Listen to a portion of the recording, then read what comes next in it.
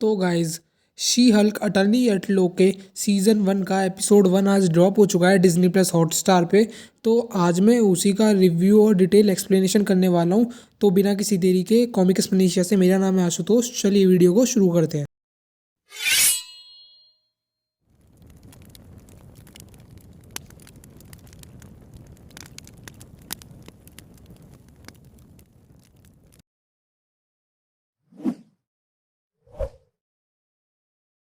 तो एपिसोड की स्टार्टिंग होती है जेनिफर वॉल्टर से, जो कि एक स्पीच बोल रही है जो कि वो कोर्ट में प्रेजेंट करेगी।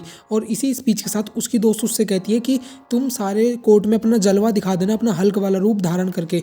तो इस चीज़ से साफ साफ पता चलता है कि जो शी हल्क की फ्रेंड है, जेनिफर वॉल्टर की फ्रेंड, उसे भी पता है कि जेनिफर वॉल्टर हल्क है। और इसके अलावा भाई, जो इस कन्वर्सेशन के बाद सबसे बढ़िया चीज़ थी वो थी कि जेनिफर वॉल्टर ने थर्ड वॉल ब्रेक करके सीधा हम ऑडियंस से बात की। और ये चीज़ भी काफ़ी ज़्यादा कूल लगी मुझे। और ये डेडपूल के बाद सेकंड ऐसा कैरेक्टर बन गई है जो ये कर पा रही है। फिर इसके बाद वो हमें बताती है कि उसका ओरिजिन कैसे हुआ और वो शी हल्क कैसे बनी अपने इस नॉर्मल रूप से। कहानी की शुरुआत होती है कुछ महीने पहले से, जहाँ पर जो ब्रूस बैनर है वो अपनी कज़न जेनिफर वॉल्टर के साथ किसी ट्रिप पे जा रहे होते हैं। और उस ट्रिप पे जाते टाइम हमें एक चीज़ पता चलती है कि जो ब्रूस बैनर है उसने एक डिवाइस बनाया है जिससे वो एक नॉर्मल ह्यूमन बन के भी जी सकता है। और इसके अलावा उसका हाथ अब तक भी ठीक नहीं हुआ है। मगर भाई, इसके अलावा एक सबसे मस्त चीज़ हमें ये पता चलती है कि जो जेनिफर वॉल्टर है वो कैप्टन अमेरिका की बहुत बड़ी फ़ैन है। और बस वो यही जानना चाहती है कि कैप्टन अमेरिका भाई वर्जिन है या नहीं है। और इसके अलावा एक अगले सीन में हमें दिखाया जाता है कि साकार प्लेनेट की एक स्पेसशिप अर्थ पर आती है और वो ब्रूस बैनर की कार के सामने आ जाती है, जिस वजह से ब्रूस बैनर की कार का एक्सीडेंट हो जाता है। और वो दोनों, जेनिफर वॉल्टर और ब्रूस बैनर, उस कार से निकल के गिर जाते हैं और उन्हें चोट भी आती है। इसके बाद ब्रूस बैनर के खून की बहुत ज़्यादा ब्लीडिंग हो रखी होती है।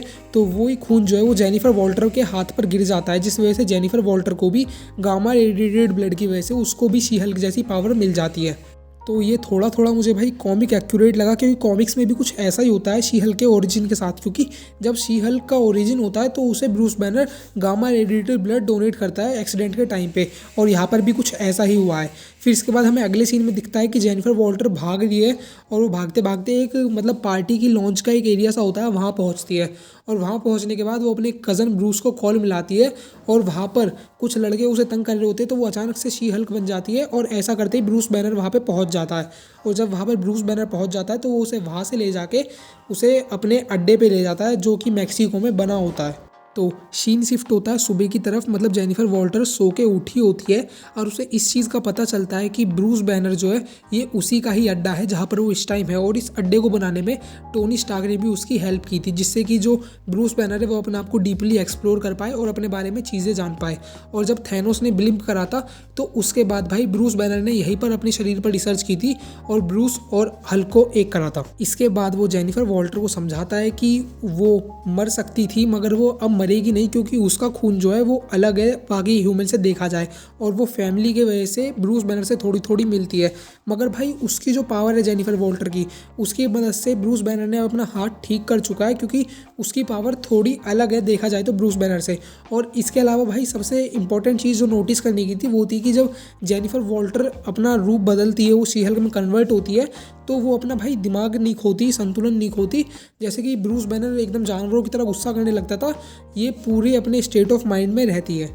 फिर इसके बाद ब्रूस बैनर उससे कहता है कि तुम्हें 10-15 साल वेट करना पड़ेगा और अपने अंदर के शैतान को ख़त्म करना पड़ेगा, उसके बाद ही तुम यहाँ से जा सकती हो और तुम्हें सबसे अकेले रहना पड़ेगा।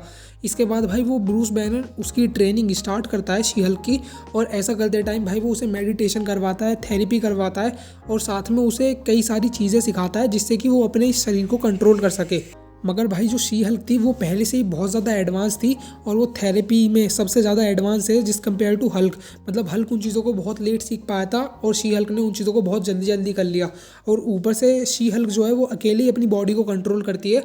मतलब देखा जाए तो हल्क की बॉडी में 2 पर्सनैलिटी एग्जिस्ट करती है, मगर शी हल्क की बॉडी में सिर्फ एक ही पर्सनैलिटी एग्जिस्ट कर रही है, जो कि वो खुद है।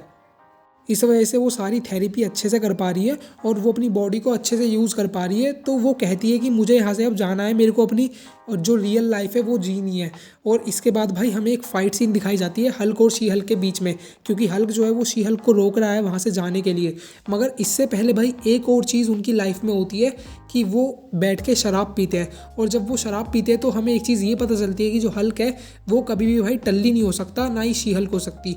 तो वो दोनों काफ़ी ज़्यादा बातें करते हैं और इस चीज़ के बारे में पता चलता है कि जो बार है वो टोनी स्टार्क और ब्रूस बैनर ने मिलकर बनाया है।